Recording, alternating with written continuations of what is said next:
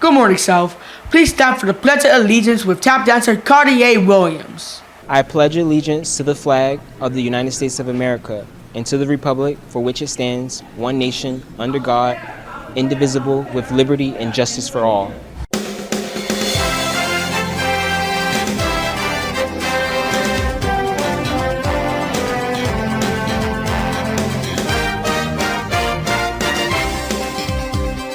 Hear more from Mr. Williams later in the show. Good morning once again, and welcome to the Falcon Report for this Friday, the 22nd of November, a day one. I'm Evan Frank. And I'm Ryan, the Sister Hodge. This Tuesday, Valley Stream South High welcomed the renowned tap dancer and hoofer Cedric Williams to South Hall for an exciting and engaging performance. The event began during the first period for juniors and second period for seniors, kicking off with a video that showcased the history of tap dance and a strong connection to jazz music. Cartier explained how hoofing was raw, a way of storytelling for the performer. Have freedom. So there's no, I'm not boxed in. Okay? After the video, Cartier demonstrated his tap dancing skills, focusing on the importance of improvisation and rhythm in creating movement. Cartier also engaged with the students by leading fun, call and response exercises, creating an interactive and energetic atmosphere. Okay, so we're going to do some scatting, and we're going to try to do some stuff. When I go do, you go shagadoo, shagadoo, shagadoo. The assembly concluded with a never-seen-before rap performed by Cartier, where he created a crossover between hip-hop and tap dance. By the end of the assembly, students left with a greater appreciation for tap dance and a significance to history of African American culture. So much today.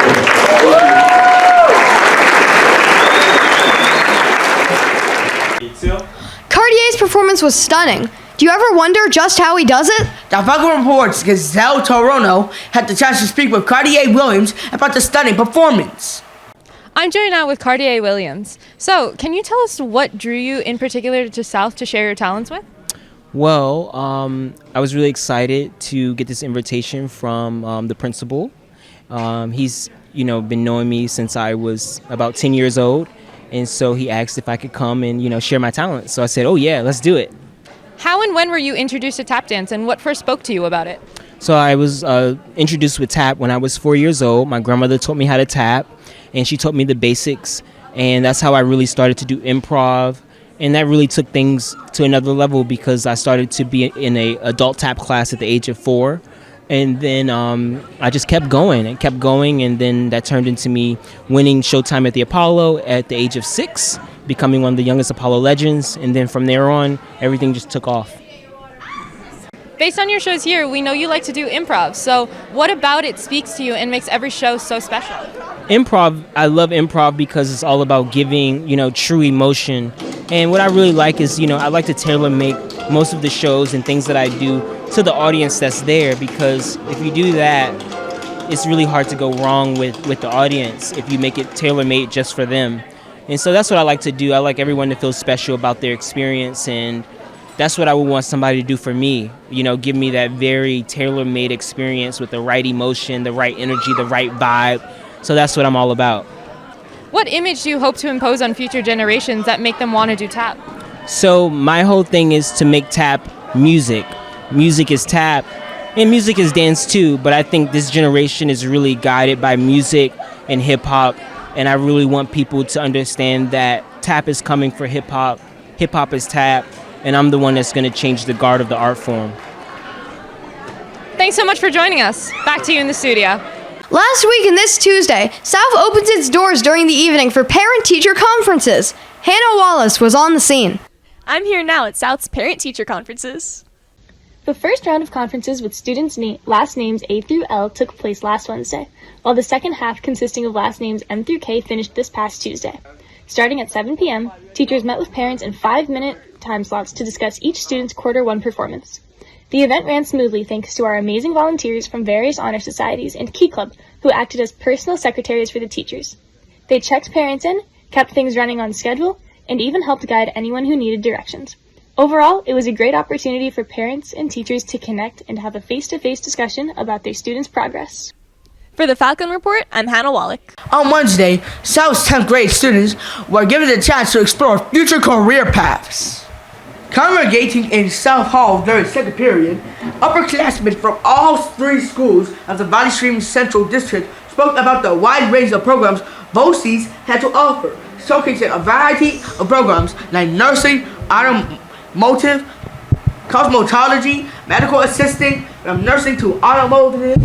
They shared their respective fields and offered a quick demonstration to the sophomores, allowing them to have hands-on experiences as to what each program entailed.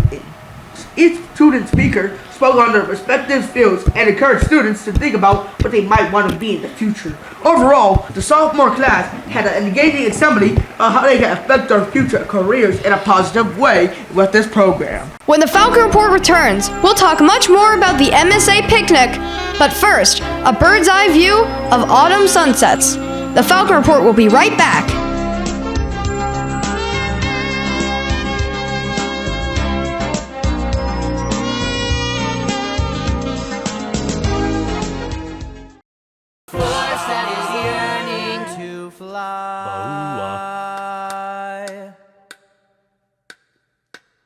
Bahua.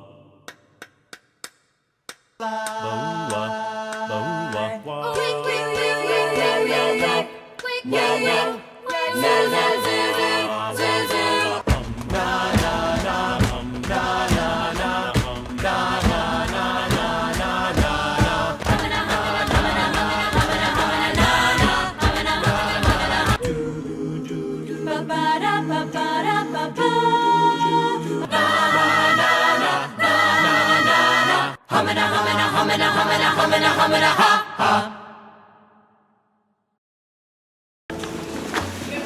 What is this?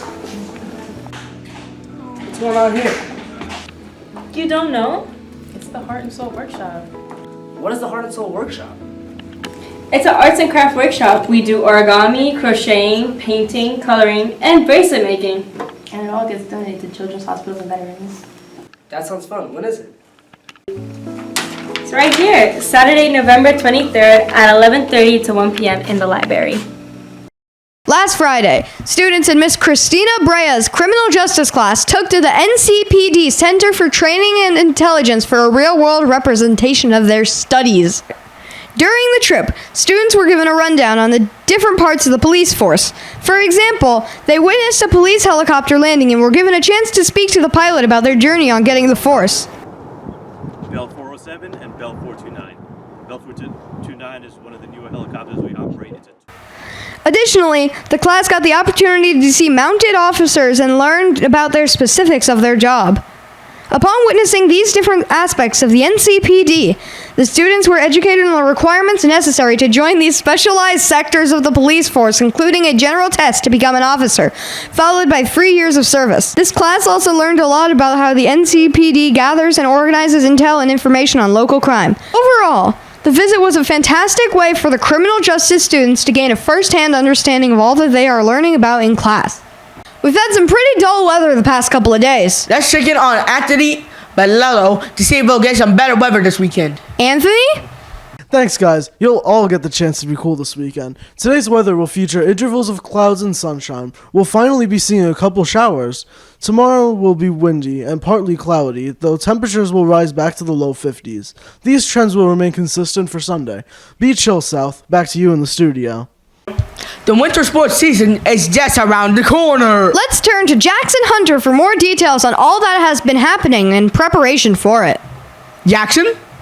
Thanks, guys. Ooh, it's getting cold outside. But you know what time it is? It's winter sports time.